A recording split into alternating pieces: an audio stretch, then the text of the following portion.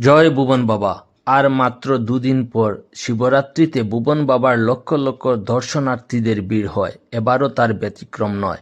আমলাঘাট কৃষ্ণপুর রোডে ভুবন পাহাড়ের ঠিক মধ্যবর্তী স্থানে 2013 সালে আমলাঘাট স্বেচ্ছাসেবী দলের সদস্যদের অক্লান্ত পরিশ্রম ও প্রভু হনুমানের প্রতি অটুট ভক্তির সুবাদে প্রতিষ্ঠিত হয় হনুমান মন্দির।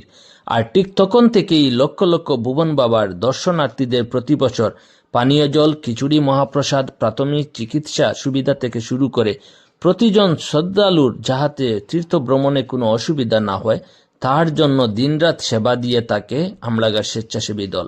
প্রতি বছরের ন্যায় এবারও হনুমান মন্দিরে কয়েক লক্ষ শ্রদ্ধালুর জন্য পানীয় জল, খিচুড়ি প্রসাদ, চিকিৎসা সুবিধা, বিশ্রামাগার ইত্যাদির সুব্যবস্থা করা হয়েছে।